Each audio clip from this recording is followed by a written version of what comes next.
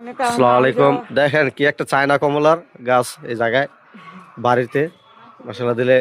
আর কমলাগুলা ছোট ছোট চায়না কমলা, কমলাটি আছে এখনো ফাঁকে নাই, একটু হলুদ হইতেছে হালকা হালকা।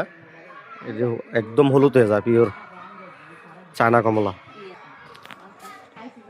এই দেখেন চায়না কমলা গাছে আমার শ্বশুর বাড়ির পাশে এইটা।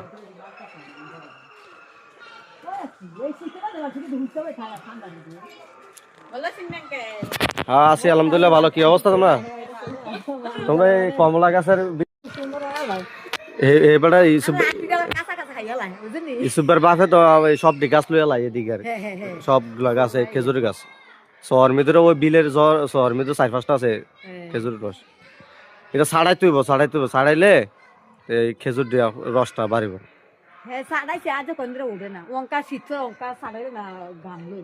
এই অনেক সিজন